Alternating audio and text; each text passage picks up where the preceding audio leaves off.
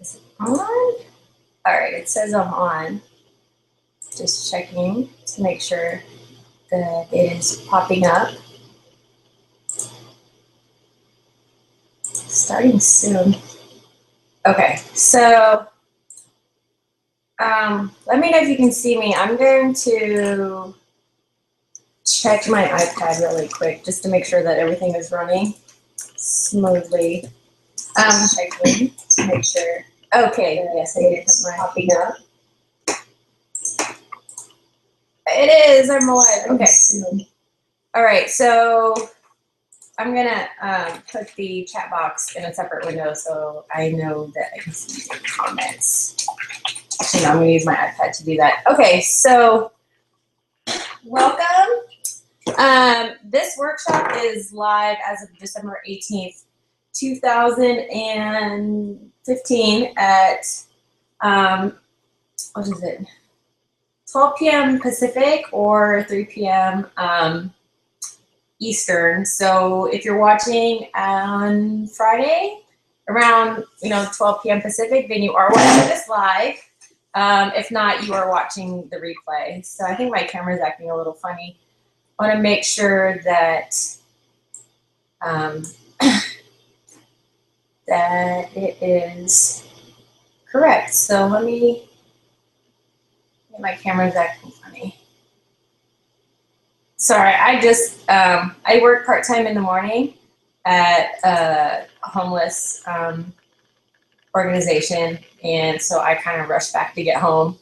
So that's why I'm starting a little bit late. But anyway, so today we're going to be talking about profit planning for 2016, and this is going to be a tactical workshop. This is not an overall goal-setting kind of success workshop. This is really about planning out your calendar, planning out your year, and planning the tasks that you need to do in order to reach your profit goal. Okay. Oh, I hit the wrong program. All right. Let's see. All right, Logitech camera. I'm trying to turn off the Zoom so it's not blurry. Okay. All right. Sorry, I'm just trying to get this all set up. Thank you so much for being patient. So let's see. I'll try to get this up on here so I can make sure I can see the comment, because I'm going to be having the my computer at full screen, and so I'm going to use my iPad so I can watch out for any comments you guys may have. Now there is a delay on the video, so if you're trying to type in a question and either I feel like I'm answering kind of late, it's probably because of the delay on the video. Workshop, there you go. Okay. All right. Okay, perfect. Let me just test this. Test. Okay, just want to make sure the chat box is working.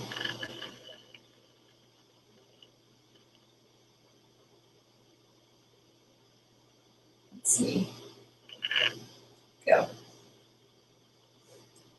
So there it is. Okay, all right, perfect. Okay, turn off this autofocus. There we go. That's better. It's not zooming in and out as much anymore. All right, let me bring my slides up, and then we'll be ready to go. So let's do this. All right. Slides. I'm going to pull this up, and then I'm going to do a screen share. All right, so welcome to the screen share. There you go. Slides. All right. Ta-da! All right, welcome to the 2016 Profit Planning Workshop hosted by me, Stacy of Brandon Blossom. And during this workshop, we're going to create an annual income profit plan. So a plan to reach our target income for the entire year. And then we're going to determine a month-to-month strategy, and we're going to create a calendar of actionable tasks in order to reach our goals. So just to talk really quickly about me, I don't want to get into too much about myself. I am a marketing strategist for makers of fine goods, which means that I help people who make goods make money with marketing. So I am a University of Florida graduate.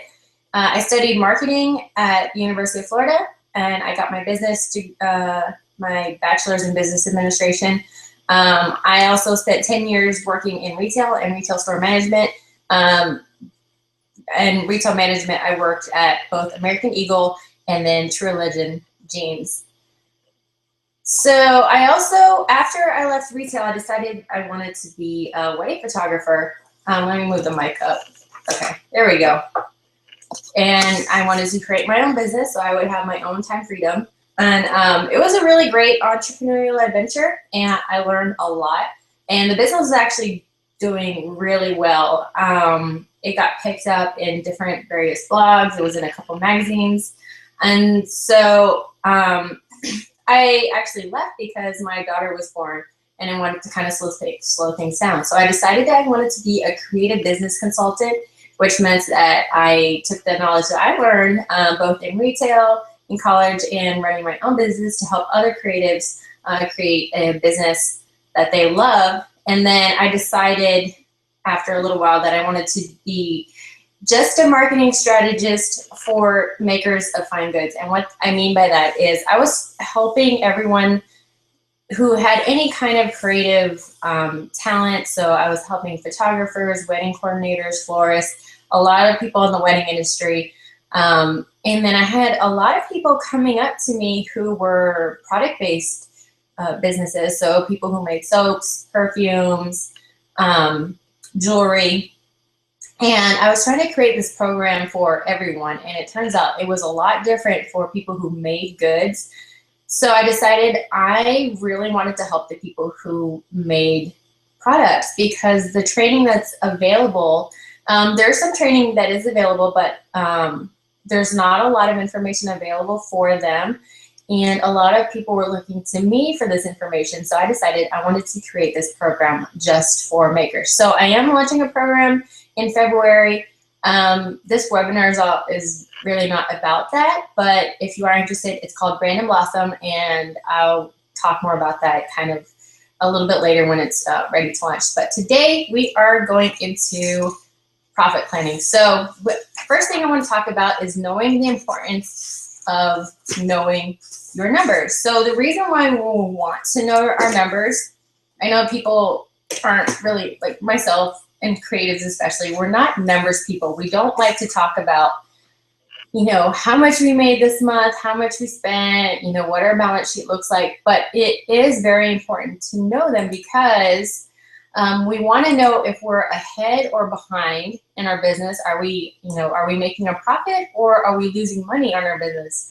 You know, and then we also need to know if we want to adjust course, which means that, you know, if we're running behind, we have to have a plan of what to do next. So if we're losing money, then either we need to raise our prices or change up our product line so that we are making a profit.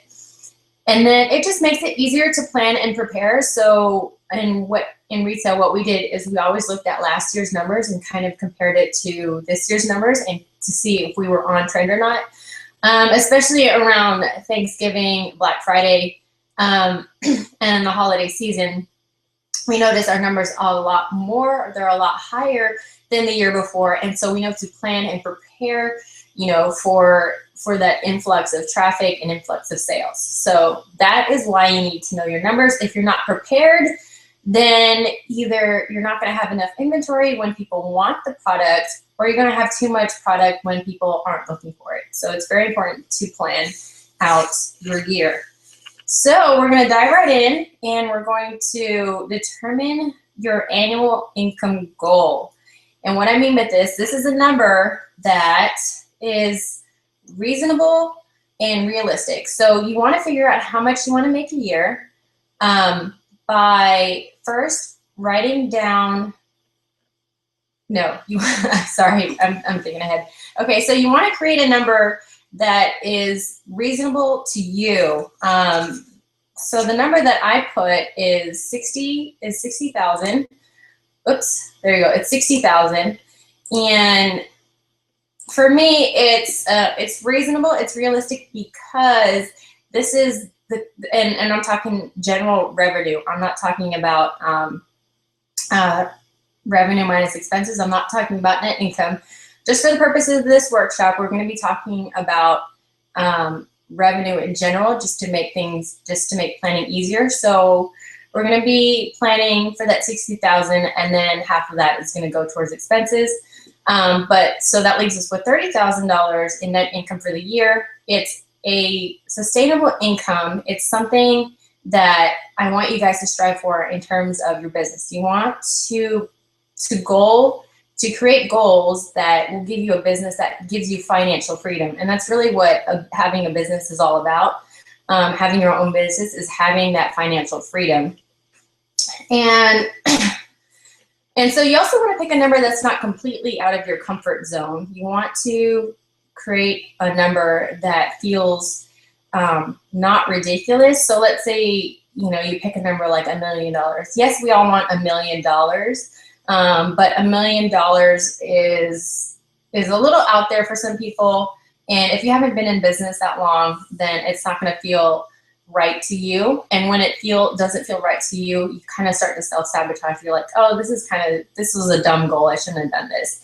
Whereas if you create a goal that's a little bit more reasonable, you're more likely to stick with it. Okay, so the next thing we want to do after we decide on our income goal is to, is to determine our average transaction value. And what this is the average dollar amount someone spends per sale. So how much, if somebody comes to you and they buy something, how much do they spend on average? If you want to talk about average transaction value, or ATV, kind of in a very specific way, it's your total dollars divided by your total transactions. And so that's kind of the black and white way of determining your ATV. But for the goal planning, for goal setting, you want to determine your actual average transaction value and your goal average transaction value. Okay, so I sell candles and they sell $25 each, or 2 for $40. So my average transaction value is about $30. That's my actual ATV. And then for your goal, you want to raise that up a little bit more. So let's say my goal is 40. So if I raise my actual transaction value, that means I can either make more money with the same amount of transactions, or I can have fewer transactions and make the same amount of money. So that's your average transaction value. All right, the next thing we're going to look at is our total transactions needed. So how many sales do you need in order to hit your income goal? Your transaction needed is your income goal. So the 60,000 divided by our goal average transaction value, which is 40. So I'm going to get a calculator out really quick. So we're going to divide 60,000. Whoop. I'm on my phone calculating this, so I'm doing this with you live. So 60,000 divided by 40. So we would need 1,500 transactions spread throughout the year to meet our goal. And again, if you raise your average transaction value, you sell more per transaction. And different ways you can do that are increasing the perceived value of the product through branding, either raising your prices, or both perceived value and raise prices. You can either add on more products. So when people buy the candles, maybe you can sell them like a couple tea lights or votives, or you can also do an upsell, which, like, say upgrading, you're selling some kind of service, you can kind of add some additional services to your transaction. Okay, so now that we've done all that, we've figured out, so we've looked at our annual income goal, which was 60,000. We determined our average transaction value, our ATV, is 40. And then the total transactions we needed was 1,500. And now, so what we want to do next is distribute all of that monthly. And I have a little calendar that's going to help you do this. I also have a spreadsheet that's going to help you look at your numbers kind of from a bird's eye view. That way you can see everything that you need to do for the entire year, all at one time. And it makes it easier to plan once you have your plan for the year, it'll be easier to take action from month to month. So you want to distribute your revenue goals, more revenue during peak months. So months like November and December are going to be your peak months, and you're going to have less revenue during dry months, which means you'll have less traffic during like January and August, and those are more of your planning months. I say August because back to school tends to be a slow period for a lot of people on Etsy. Okay, so next thing I want to show you, I'm going to show you I'm going to switch my screen over to the little Excel file, and I'm actually going to give you this file. It is the kind of the spreadsheet that shows you exactly how many transactions you need per month, and I've already planned it out for you, so it'll be really easy. You can access this file either in Microsoft Office or OpenOffice. I made it so it is accessible for both. It'll be in a zip file in the notes below the webinar. So you'll have that. If you're watching live, it's not there right now, but I will upload that. Okay, so I'm going to change out my screen. Let's do this. Let me just check to make sure there's no comments or anything. Okay, so let me just hit refresh. Oh, don't think there's any comments. Okay, we're good. All right, so I'm going to show you the little spreadsheet that I made so we can figure out how to share. All right, we're going to screen share. Hi, it's me again. Okay, screen share. All right, there we go, goals. There we go. All right, perfect. So here you can write down your average, your income goal. So I put 60,000 up at the top. You can actually change that to whatever you want, and the rest of the spreadsheet will change. So let's say you want to do 100,000. That's enough zeros. Okay, and oops, that's 10,000. 2, 1, 2, 3. There we go. And all of this will update automatically for you. But we're going to change it back to 60,000, and I'm going to change our annual average transaction value back to 40, like I said earlier. And there we go. We have the 1,500 transactions.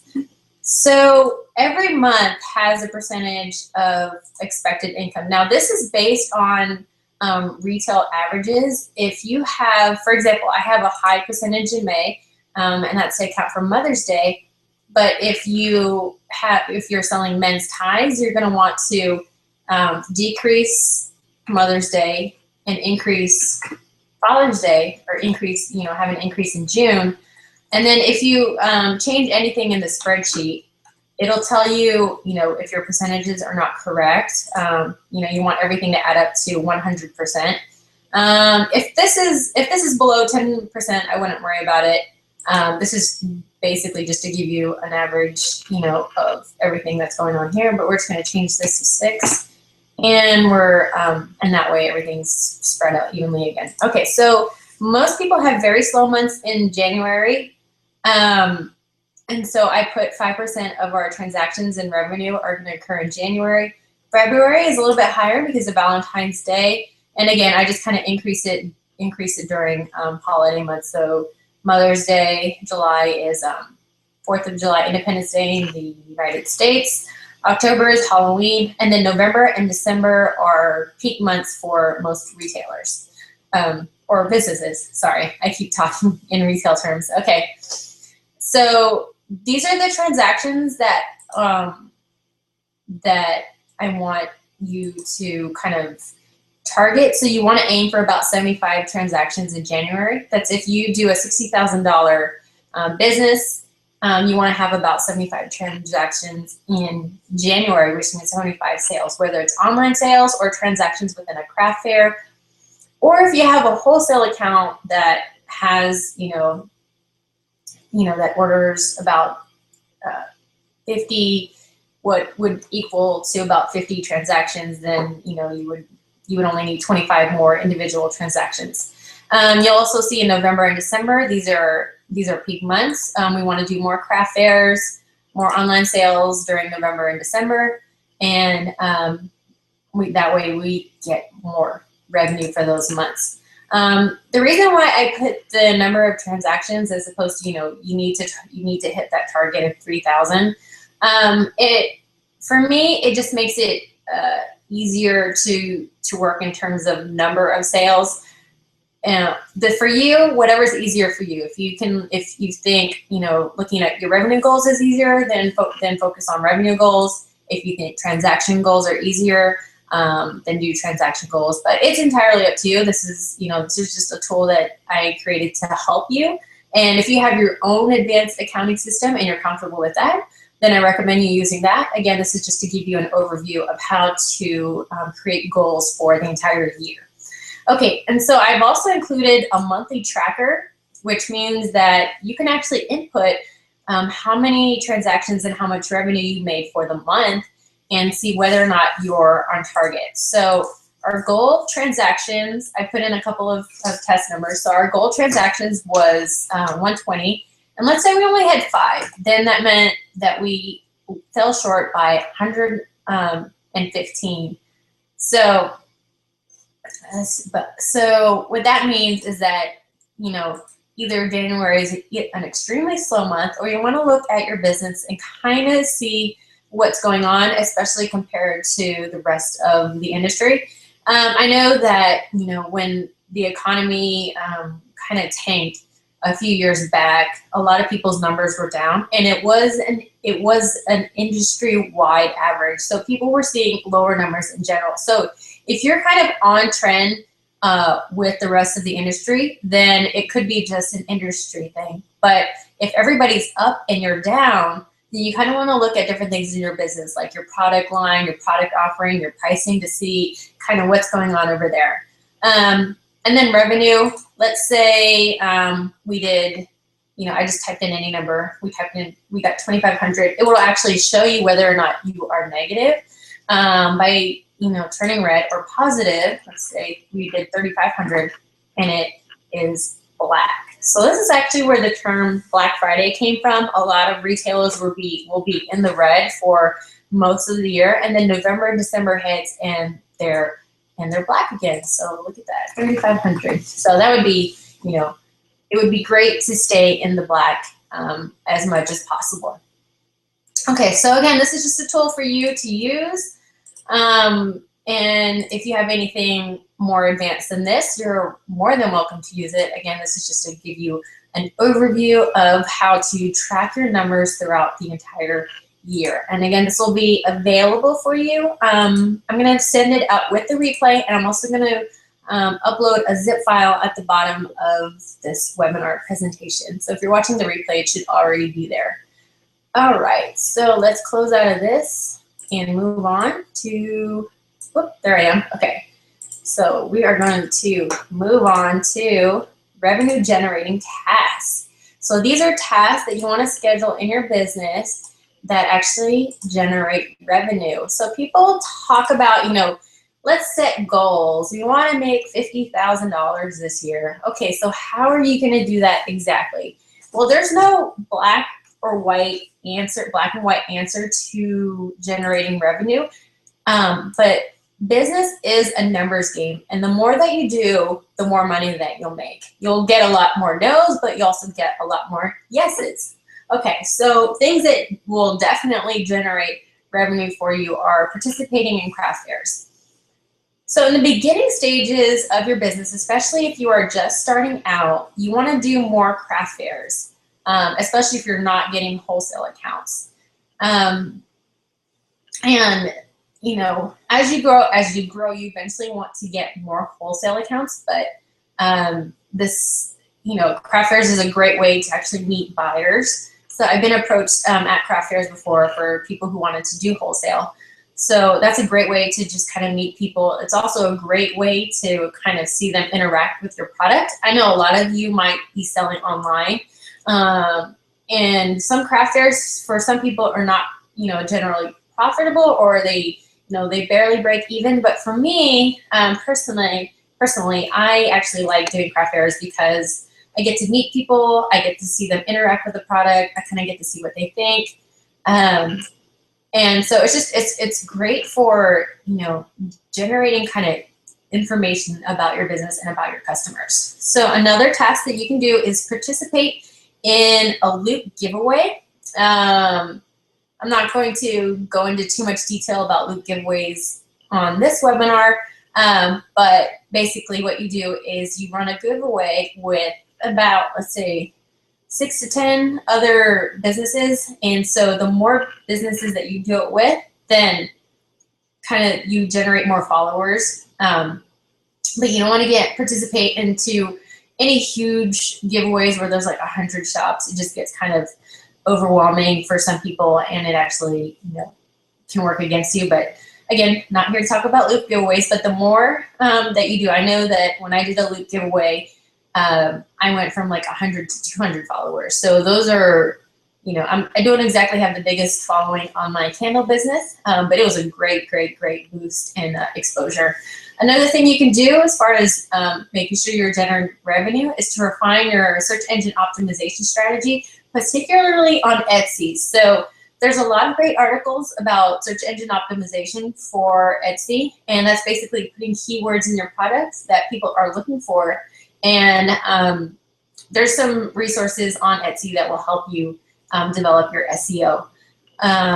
You also want to make sure you're posting on social media on a regular basis. So once you've gotten more followers from the craft fairs, from the loop giveaways, you want to make sure that your account has a consistent amount of posting on there. And you want to do it in a way that's not, I don't think I have the 30-30 rule in here. Yeah, there's something called the 30-30-30 rule. This was a rule, I don't have it on the slides, but this was a rule that I heard about from Susan Peterson of Freshly Picked Moccasins. And what she did was that for every day in her business, you know, she would post, you know, either for the entire week, it would be 30%, you know, personal, 30% kind of behind the scenes, and 30% product / promotional. So really 2/3 of your social media, your Instagram, your Facebook accounts should not even be about your business. I know behind the scenes is different because you're kind of showing a work in progress, but actually talking about a product. So featuring a product is considered promotional, whether or not you're offering us any kind of sale. Just talking about the product is promotional. But if you do kind of a behind the scenes, like you actually making the product, you packaging it, or showing your workspace or anything like that, that's considered behind the scenes. The other third is personal, and that could be, you know, it doesn't have to be pictures of you or your family. It could be, but it could also be like if you're out and about, you know, let's say you're posting on a Saturday and you go out to eat ice cream. You post a picture of your ice cream, or you post like a nice little vignette, or some people call it flat lay, a kind of, you know, a project that you're working on that has nothing to do with your business. Like say you're putting up your Christmas tree or something like that. Those are just some fun things that you can post on social media. But ideally, what I'm trying to get at is that you want to post on a consistent basis, and you want to avoid being overly promotional in your social media accounts. All right, and then another thing you want to do is create rolling promotions. Okay, so this is a concept that probably needs its own workshop, but I'm trying to talk about this really quickly. But rolling promotions are basically promotions, you don't want to have like a 20% off coupon all the time. You want to have a coupon that, you know, instead of saying you're having 20% off this day and 20% off that day, everything in the shop, you want to promote a certain collection or a certain, you know, a singular product.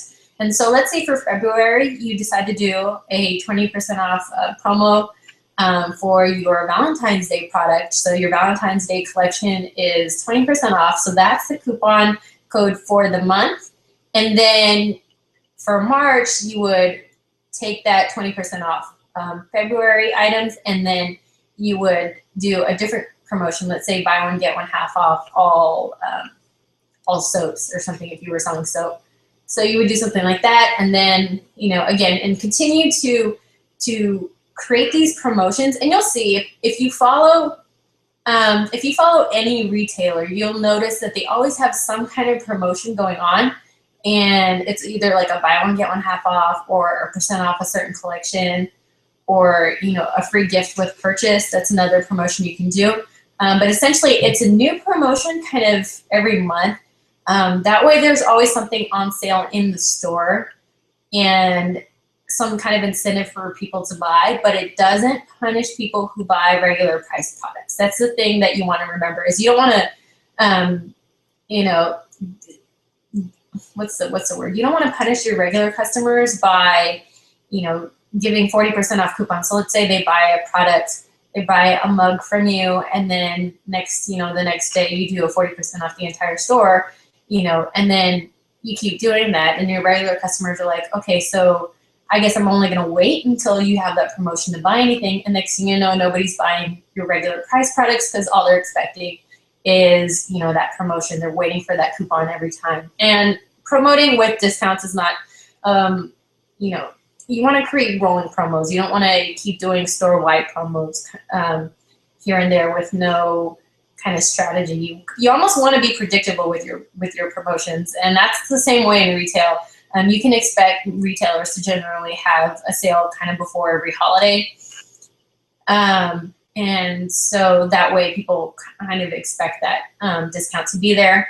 And then they'll also know that, you know, if something's going to be regular price, especially like your regular core product line, they'll know that's not ever going on sale, so they can buy that whenever, and they won't wait around for that discount.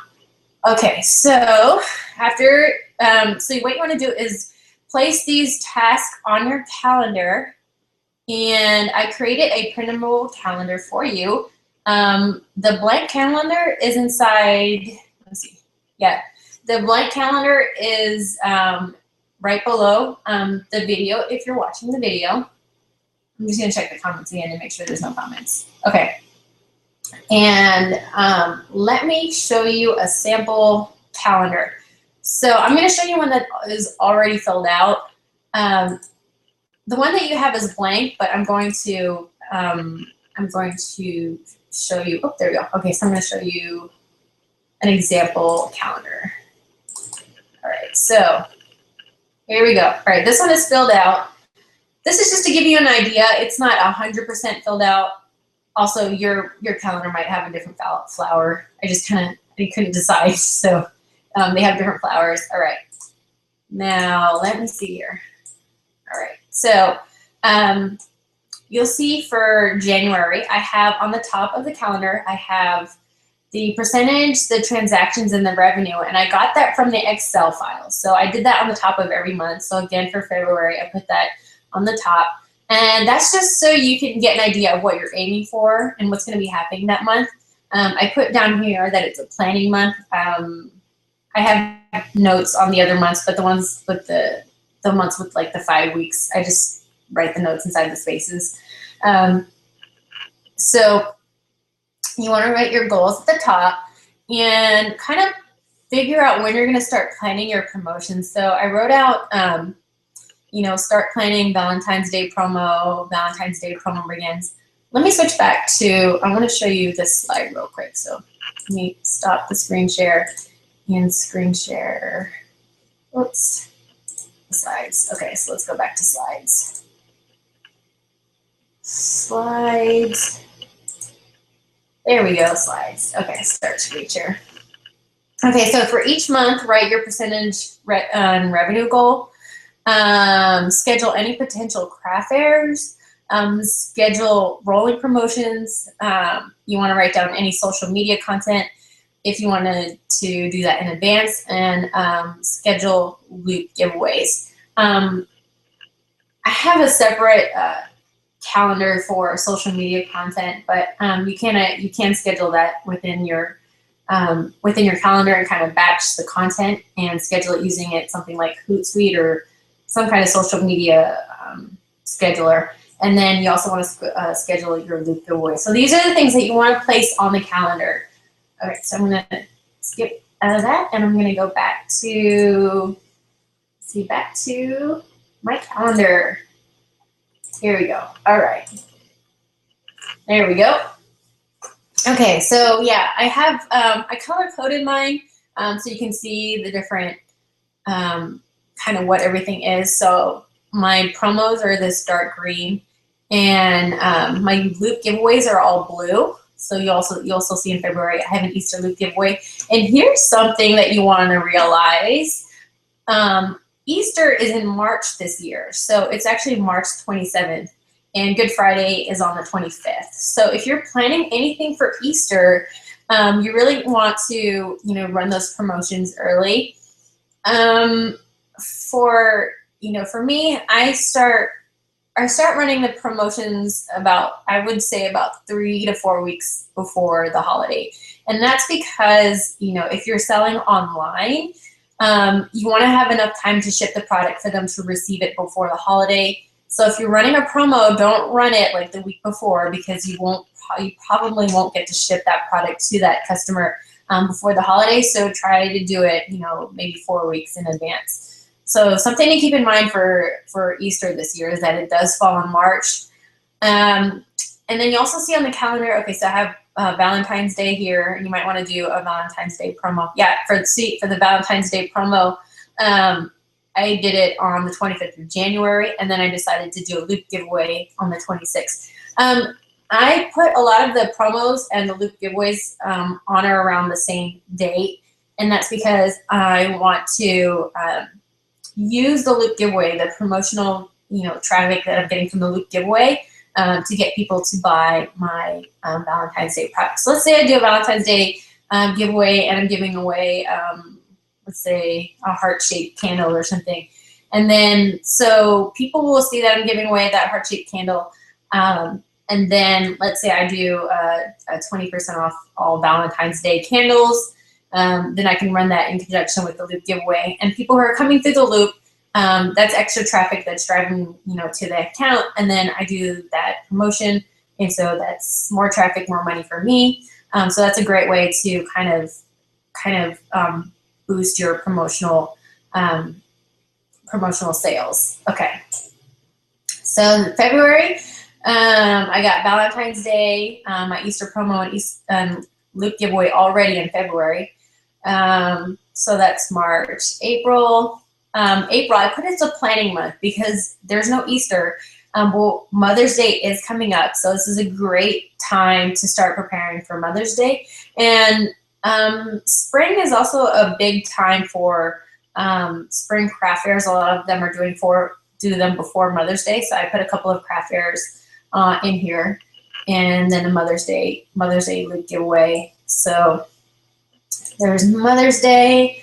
I run the Father's Day promotion again early, not right after Mother's Day, but about a week after. And then that gets us ready for June. So I'm not going to bore you with all the details on here. I'm just trying to highlight the different holidays, and I want you to realize that you should prepare early for each month, for each holiday, because the more prepared you are, the better you'll be. That way you'll have product on hand for when the holidays are ready, and then you're not trying to panic and make that product at the last minute. So July, August, September, October, and then November, this is when it starts to get real crazy because it's the holidays.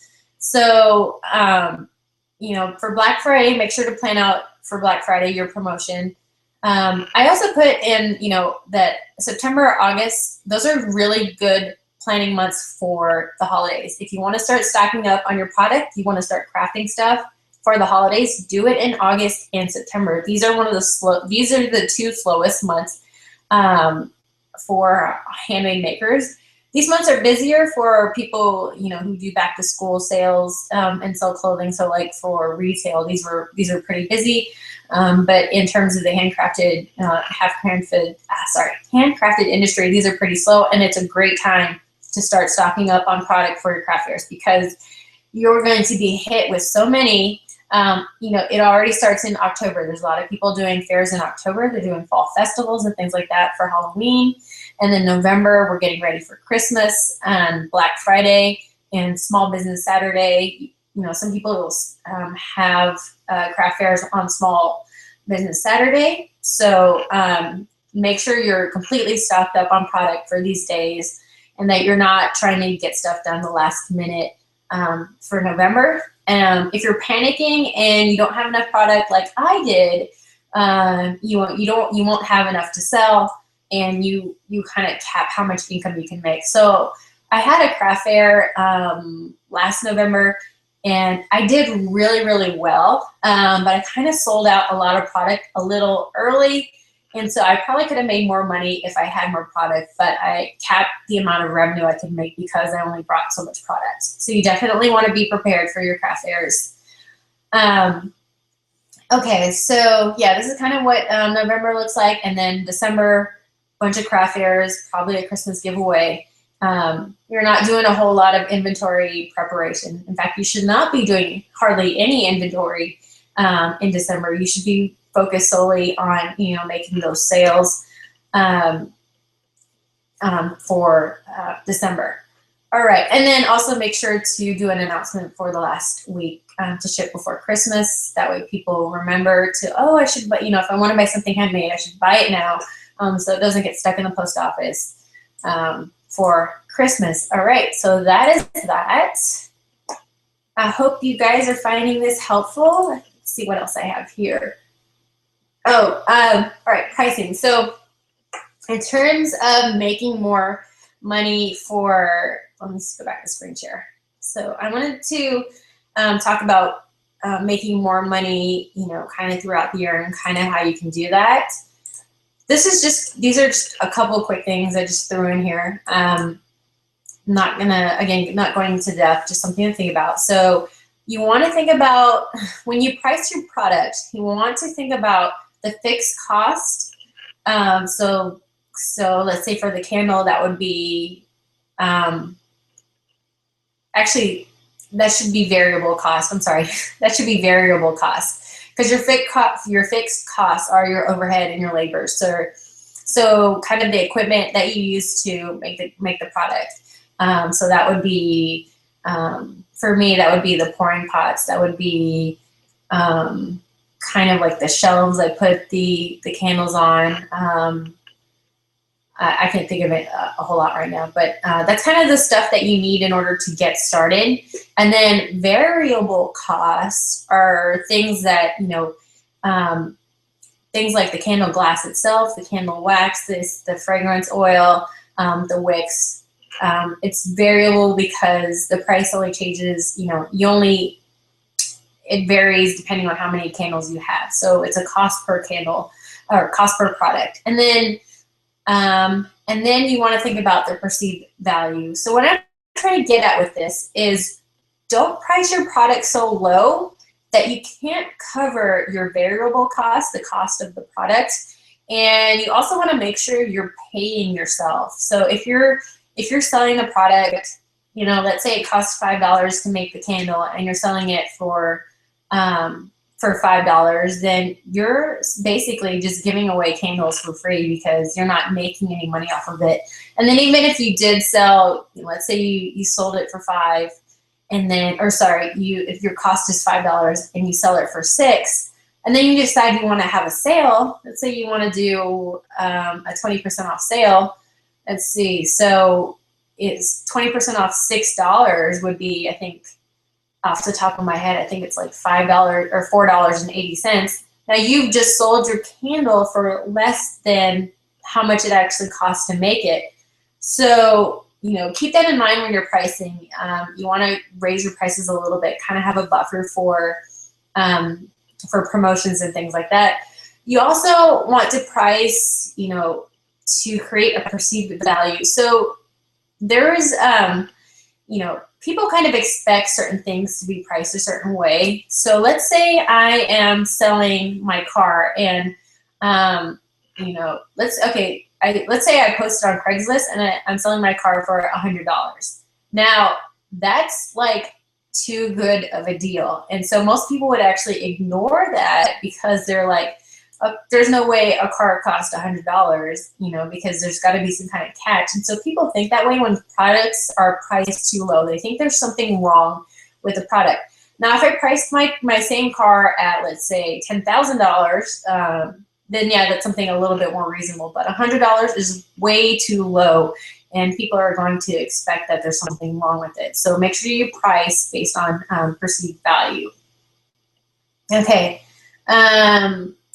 So increase your perceived value to raise the price and make the same amount of money with less product. What does that mean? Okay, that means that you want to, essentially this all comes down to branding, and you want to talk about your product like it is a handcrafted, it's a handcrafted product that's made in the United States. You don't want to call it a homemade product. So let's say someone's purchasing a handcrafted candle that's made in the United States. Okay, yes, that candle is probably worth $20.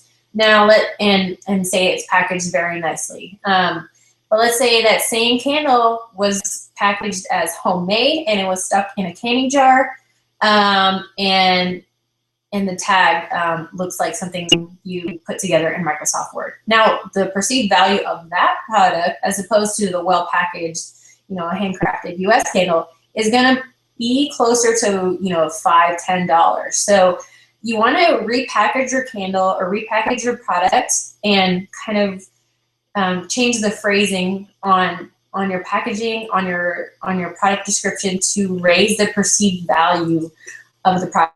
So I hope that makes sense. Again, this is just something I threw in here, but essentially you want to create a brand that allows you to raise your prices. Okay, now expenses. Another thing you can do to create more profit, and this will be the last thing, and then we'll be done. So hang in there. So we want to reduce expenses by cutting out unnecessary steps, materials, and packaging. So anything we don't need, we cut it out. But do not skimp on quality and do not compromise your brand.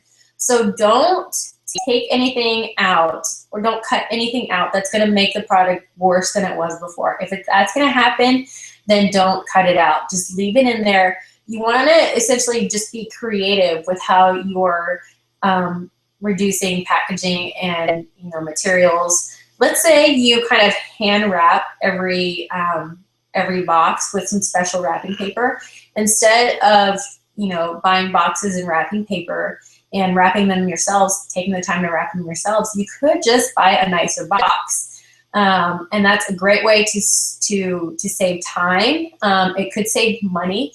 So, you know, you're not compromising on the quality of your product. You're just being more creative with the packaging and saving more money in the process. And also, do not compromise your brand. So for me, I make candles with essential oils. I didn't do that in the intro. I should have done that in the intro, but yes, I make candles with essential oils, and the candles, let me just show you real quick. So let me stop screen share. Okay, so let me just show you the candle that I have. I sold out of most of my inventory, so this is like all that I have left. All right, so this is the eucalyptus candle that I made, and it's made with essential oils. So it's made with eucalyptus essential oil. It's not made with any synthetic fragrance. Now the essential oils with all of my candles, they can be kind of pricey, especially the lavender.